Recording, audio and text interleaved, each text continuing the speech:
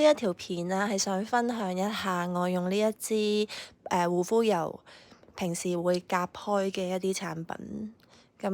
目前嚟講係呢幾支啦。咁點解會揾啲嘢夾佢咧？其實呢一支油咧，你要單單咁用佢，其實都可以嘅。咁除咗用量會比較大啦，成本比較高啦。咁我自己實際咧用咗咁多年油咧，其實唔止呢個牌子嘅。我覺得所有牌子咧，你只要揾到夾佢嘅，無論係保濕精華或者係面霜咧，其實都係有相得益彰嘅效果嘅。即係我哋原本搽嘢嘅邏輯咧，可能係覺得先用咗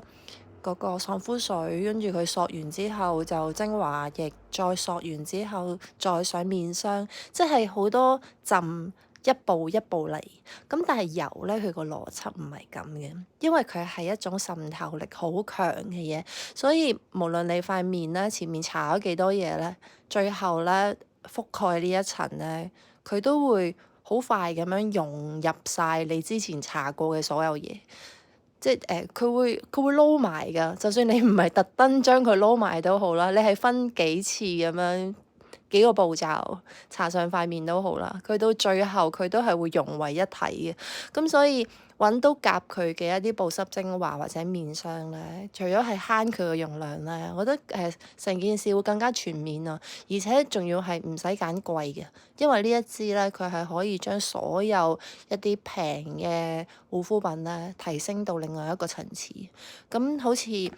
呢一個係之前去韓國嘅 Olivia Young 買嘅一支好基礎嘅保濕嘅，呢啲叫咩咧？你見佢好似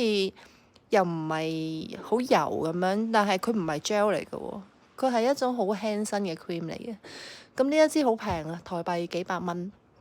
我去歐洲嘅時候咧，我係成個月就係用佢之後再加油，係啊，咁我覺得已經好夠打啦。跟住同埋佢呢一支個大細咧，你啲咩手踭啊、膝頭哥啊、腳踭啊，覺得乾咧，我都照用佢，因為完全唔肉赤啊。咁呢一個加上呢一隻咧，我覺得係好夾下嘅，咁大家可以去開韓國嘅時候可以考慮下。跟住呢一個係 Alchemia，即係我會開團買嗰隻面膜嘅一個男同性態嘅面霜。佢雖然叫面霜，但係佢嗰個質地咧，有同呢一隻好似啊，即係好難講啊，唔係 gel 又唔係 cream 咁樣，係一種介乎於兩者之間嘅嘢。咁我覺得呢一隻都幾好，同埋我幾個月前有分享嘅呢一隻啦，係啦，呢隻 Asion 啦，同埋Innisfree 嘅綠茶嘅呢個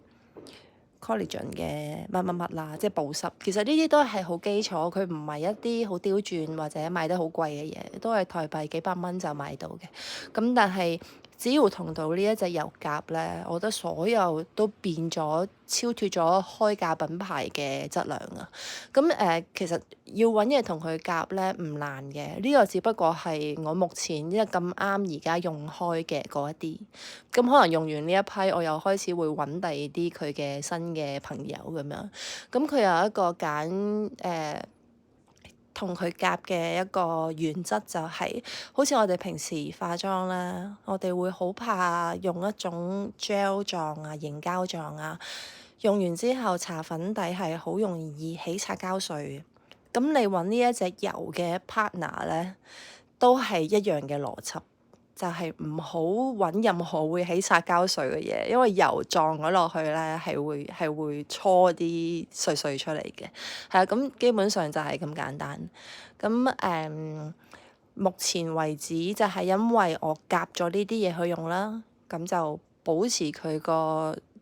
效果啦、水準啦，然後拉長佢個使用嘅週期啦。呢一支油就係我已經用咗3個月啦，而家3個月都淨係到呢度咯，好似